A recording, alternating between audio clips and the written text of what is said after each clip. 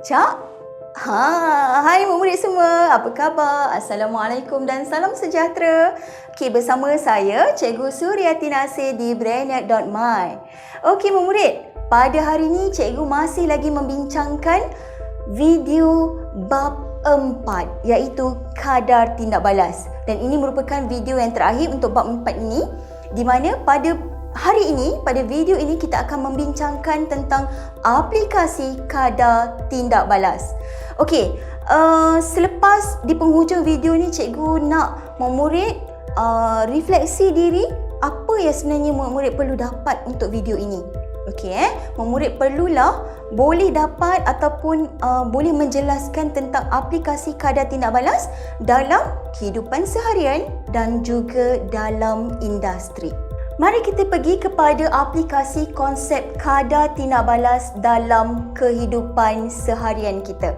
Faktor-faktor yang mempengaruhi kadar tindak balas lazimnya akan diubah suai untuk mengubah kadar tindak balas. Saya bagi contoh.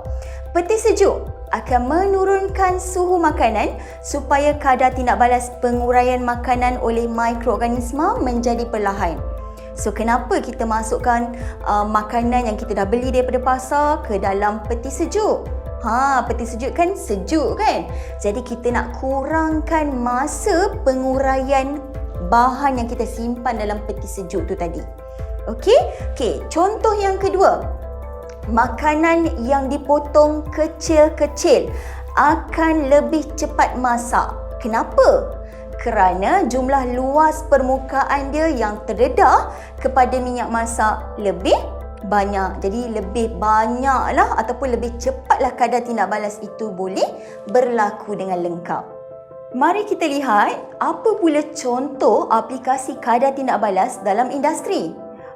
Dalam subjek ini, dalam tingkatan 5 ni, murid diberikan 2 contoh aplikasi kadar tindak balas dalam industri.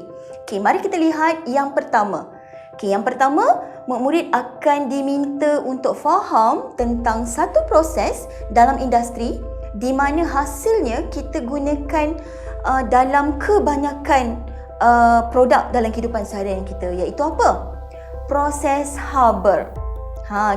Dalam proses Haber ni, campuran gas nitrogen dan juga gas hidrogen dalam nisbah isi padu 1:3 pada suhu 450 darjah Celsius hingga 550 darjah Celsius dan tekanan 200 atmosfera dialirkan dalam serbuk ferrum ataupun serbuk besi yang berfungsi sebagai mangkin untuk menghasilkan amonia dalam masa yang ditetapkan. Kenapa proses Haber ataupun proses penghasilan amonia ni penting dan perlu kita tahu? Sebab kegunaan amonia ni sangatlah banyak. Apa dia? Yang pertama, amonia kita boleh gunakan untuk mencegah pembekuan latex. Latex? Apa tu latex? Getah. Yang kedua, amonia boleh bertindak sebagai bahan deterjen. Apa pula deterjen? Deterjen ni bahan cuci tu, sabun cuci toilet kat rumah awak tu, itulah deterjen. Yang ketiga, boleh jadi sebagai ejen penyejuk. Kalau aircon kat rumah awak tak rasa sejuk lagi, awak panggillah orang untuk datang servis, orang tu akan masukkan gas. Itulah dia gas amonia. Ataupun peti sejuk rumah awak, buka-buka peti ais, alamak, banyak makanan kita dah rosak. Kenapa peti ais kita tak sejuk? Datang orang untuk servis, dia akan masukkan satu gas. Itulah dia gas amonia yang bertindak sebagai ejen penyejuk. Kemudian apa lagi? Amonia ni juga banyak digunakan untuk penghasilan baja kimia. Baja kimia ni banyak digunakan sebab dalam bidang pertanian. Selain daripada dapat mencegah pembekuan latex, dapat digunakan sebagai bahan deterjen, ejen penyejuk, baja kimia, amonia ni juga boleh bertindak sebagai bahan letupan. Dan juga ni paling banyak. Amonia digunakan untuk membuat cat dan juga pewarna. Nampak tak? Ada banyak sangat kegunaan amonia. Sebab itulah kita kena belajar penghasilan amonia melalui proses Haber untuk silibus tingkatan 5 ni. Manalah tahu selepas SPM nanti awak pun berada dalam bidang yang sama. Okey? Okey, kalau tadi cikgu terang sahaja, kali ni cikgu nak tunjukkan dengan lebih jelas secara lukisan, okey, bagaimana proses Haber ini berlaku. Okey, jom cikgu terangkan. Proses Haber berlaku hasil daripada tindak balas antara gas nitrogen dan juga gas hidrogen dan akan menghasilkan amonia. Seperti persamaan kimia yang tertera, gas nitrogen dan gas hidrogen akan dicampurkan pada tekanan tinggi, jadi kadar tindak balas juga adalah tinggi. Tekanan yang digunakan sepanjang proses Haber adalah 200 atmosfera. Kemudian campuran gas nitrogen dan hidrogen tadi dilalukan kepada serbuk ferrum yang bertindak sebagai mangkin pada suhu 450 darjah Celsius hingga 550 darjah Celsius. Kehadiran mangkin akan menyebabkan kadar tindak balas akan menjadi tinggi. Suhu tinggi juga akan menyebabkan kadar tindak balas menjadi tinggi. Dan proses ini akan berbalik dan akan lalu kepada kebuk penyejukan dan gas amonia akan disejukkan menjadi cecair amonia dan cecair amonia akan dihasilkan.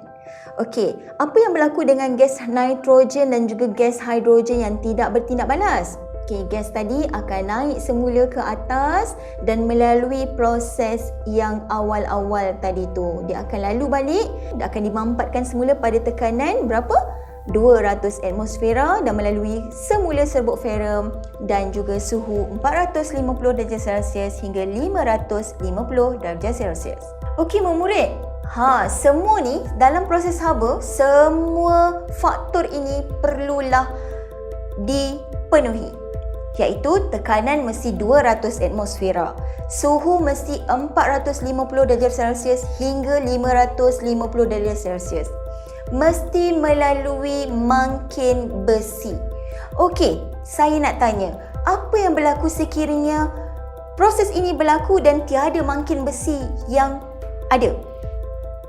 Ya, masa untuk tindak balas ini berlaku akan menjadi lebih panjang. Apa pula yang berlaku jika semua ada, tekanan ada, mangkin besi ada tapi suhu rendah, bawah daripada 450 darjah Celsius? Ya, sama juga kadar tindak balas juga menjadi rendah. Okey, jadi untuk menjalankan proses Haber, semua faktor ini perlulah dipenuhi. Iaitu apa dia? Okey, tekanan 200 atmosfera, menggunakan mangkin serbuk besi ataupun serbuk ferrum dan pada suhu 450 darjah Celsius hingga 550 darjah Celsius. Dan murid perlu ingat, berapakah nisbah gas nitrogen kepada gas hidrogen? Okey, macam mana nak senang ingat nisbah ni? Okey, untuk amonia, singkatan dia adalah NH3. NH3. Okey, macam ni. Okey, N1, hidrogen 3. So, bila keluar soalan nanti, murid perlu perhatikan apa yang soalan minta. Contoh, soalan tanya, berapakah nisbah hidrogen kepada nitrogen? Soalan tanya hidrogen dulu. Okey, berapa hidrogen? 3. Berapa nitrogen? 1. So, awak akan dapat jawapannya, nisbah hidrogen kepada nitrogen adalah 3 nisbah 1. Tapi kalau saya twist soalan tadi, berapakah nisbah nitrogen kepada hidrogen? Nitrogen 1, hidrogen 3. So, jawapan dia akan berbeza. Awak akan dapat jawapan nisbah dia nitrogen kepada hidrogen adalah 1 nisbah 3. Cikgu kata tadi ada 2 proses yang perlu awak tahu dalam aplikasi kadar tindak balas dalam industri. Yang pertama kita dah tengok tadi, proses Haber untuk penghasilan amonia. Okey, yang kedua adalah proses sentuh. Bukanlah sentuh-sentuh dah siap tau. Okey, nama dia proses sentuh. Okey, proses sentuh ni merupakan satu proses untuk menghasilkan asid sulfurik daripada sulfur. Okey, antara kegunaan asid sulfurik adalah dia lebih kurang sama je dengan amonia. Okey, asid sulfurik boleh bertindak sebagai deterjen, pewarna, baja, cat dan juga plastik. Oleh kerana kegunaan dia lebih kurang sama dengan amonia, tapi bahan dia berbeza, hasil dia berbeza, iaitu semasa proses sentuh ni kita hasilkan asid sulfurik. Kalau proses haba tadi kita nak hasilkan apa? Kita nak hasilkan amonia. Okey, jom kita lihat apa dia proses sentuh ni. Semasa proses sentuh, kita gunakan sulfur yang dicampurkan dengan udara kering ataupun oksigen yang menghasilkan sulfur dioksida. Sulfur dibakar dalam udara yang berlebihan untuk menghasilkan gas sulfur dioksida. Okey, pada peringkat yang kedua, sulfur dioksida akan dicampurkan lagi dengan oksigen dan dapat sulfur trioksida. Gas sulfur dioksida ini dicampurkan dengan udara yang berlebihan pada suhu 450 darjah Celsius dengan tekanan 1 atmosfera dan dialirkan melalui vanadium 5 oksida yang berfungsi sebagai mangkin untuk menghasilkan gas sulfur trioksida. Pada peringkat yang ketiga, gas sulfur trioksida yang terhasil akan dilarutkan dalam asid sulfurik pekat untuk membentuk oleum. Dan peringkat yang terakhir, yang keempat, oleum seterusnya dicairkan dengan air untuk menghasilkan asid sulfurik pekat. Gas buangan seperti sulfur oksida adalah berasid yang boleh menyebabkan hujan asid.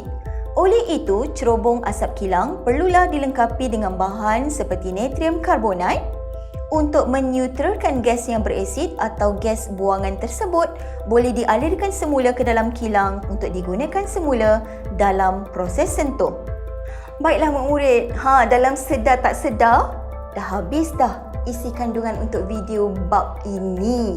Okey, untuk video ini, cikgu dah bincangkan tentang aplikasi kadar tindak balas dalam kehidupan seharian kita, iaitu peti sejuk. Perlulah sejuk untuk melambatkan proses kadar tindak balas penguraian penguraian makanan. Okey, contohnya kalau kita simpan makanan dalam peti sejuk, makanan yang kita simpan dalam peti sejuk itu akan lambat untuk terurai, akan lambat untuk rosak. Kerana apa? Kerana dia akan mengurangkan kadar tindak balas untuk makanan tadi rosak.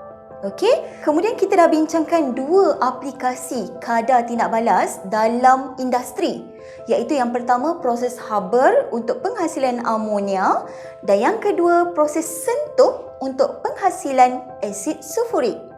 Di mana amonia dan asid sulfurik kedua-duanya mempunyai banyak sangat kegunaan seperti pembuatan cat dan pewarna, deterjen, baja dan sebagainya. Baiklah murid, Mahatma Gandhi pernah berkata, hiduplah seakan-akan kau akan mati besok. Berusahalah sehingga akhir hayat anda. Baiklah murid, jangan lupa tonton video cikgu lagi di mana? Hanya di brain.my. Ingat, cikgu sayang anda semua. Sampai jumpa lagi. Bye.